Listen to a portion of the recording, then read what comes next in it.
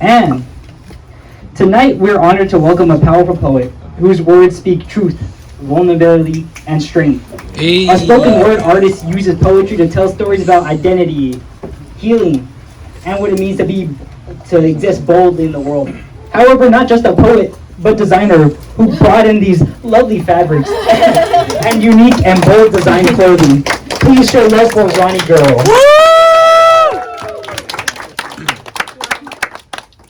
I think in the beginning, I had a little surgery, so I'm gonna do my best to work through this. I want to try some. How many of you guys watch the TV show Moesha? I used to write poetry for her show.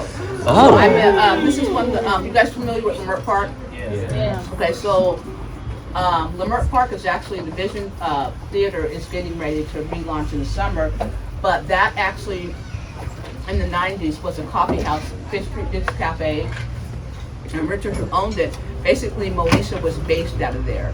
Sarah Finney created the show, so it was based out of there. That whole area, Lamert is the bomb now, but the whole area was a whole different thing.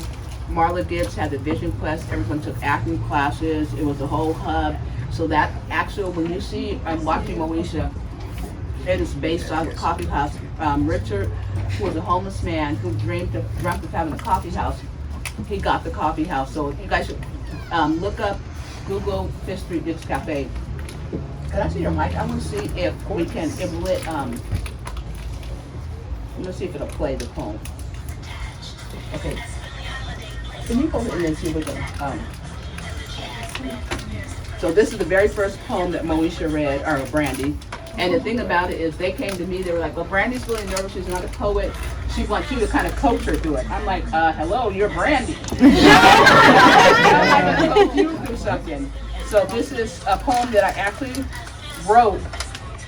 Okay, stop poem. Okay, wait. Okay, hold on, sorry guys. Okay. Okay, stop it. So I wrote the poem in the cafe. And then ironically, when Sarah came to me, one day I was in her office and she was like, oh, we have this new show and yada, yada, yada. And she didn't know I was doing poetry. So it was ironic that I wrote that poem and it was the first poem, one of the first poems. So let's see if it'll play. Why is it taking photos? And the jazz band prepares to play upstairs. And the brother with the black hood. Cut up. Well, anyway,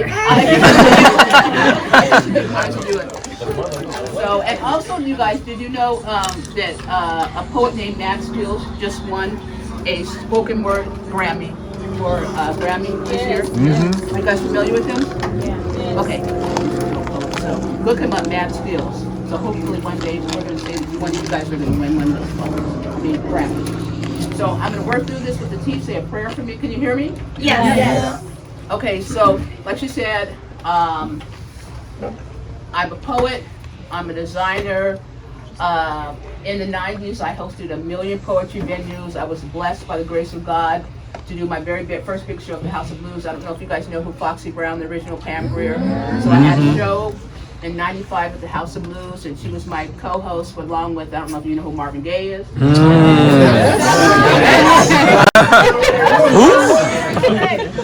It's a fair question with this group. I guess I shouldn't say this. Can I tell you a funny story? Yes. Okay. So I was like so obsessed with being super skinny because Pam Grier, she's Foxy Brown. So I had dieted like crazy, right?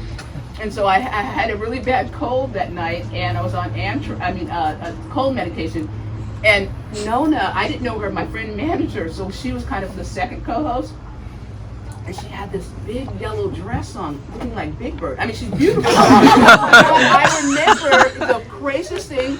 I was so exhausted, and I went to introduce her, and I turned around, and the spotlight hit her, and all I could see was this big yellow dress. And I said, ladies and gentlemen, and I remember my mother was just mortified. I said, next coming to stage to introduce some poets is Marvin Gaye, because she looks exactly like her dad. The spotlight hit it, and I went, people were like going, and I was like, I looked backstage, and Pam and Goldie and all those guys, and I'm like, oh my God, I ran backstage, I started crying.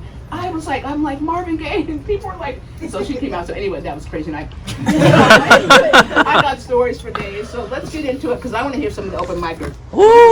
So I'm gonna do a lot of my poetry was written in Leimert Park, LA. I hosted a million venues, but the '90s, if you know Leimert, is the bomb now. But the '90s, we had Freestyle Fellowship, Project Flow, people ciphering on the corner, yada yada yada. So this poem was written in the partially in Leimert Park, and it's called Sister Poet Blues. Recycled words are like butter to my soul. God bless my pen. Now I'm spinning broken English and poetic gold. Because you see, Sister Poet traveling solo speaks woman blues in a jazz-like rhythm. She delivers hip-hop messages with an old-school flow while sitting on the bus stop on Crenshaw Boulevard or La Brea Avenue. Her second language be good and bad English made up of homemade lyrics served with grits and gravy, y'all. See, poetic songbird sings mama's song, knows Aretha's pain, and cries blue no tears of being a natural woman. And she knows when times get hard, she can count on Curtis Mayfield and the Precious to get on board, y'all, because the train is coming. The train is coming and it's gonna be all right. Born Mississippi girl, she dreams of invisible colors and finger paints her words into a soulful but poetic collage. She the one that speaks in three voices and sings one gospel song she calls life. And she double dares you to deal with the dilemma that devil touches her onto dirt roads that never end. She carries soup faces full of pain, chants Afro-Indian folklore, and the rain swims rivers backwards. And when she can't take it anymore, she simply climbs mountains in her bare feet. See, her soul is heavy.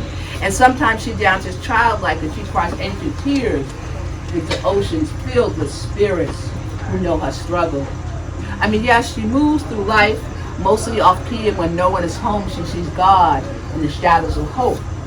Because you see, Sister Poet traveling solo speaks in three voices as she finally comes full circle to sing one gospel song she calls life. Recycled words are like butter to my soul. God bless my pen. Now I'm spinning broken English into poetic gold. Sister Poet Blue, it counts for it.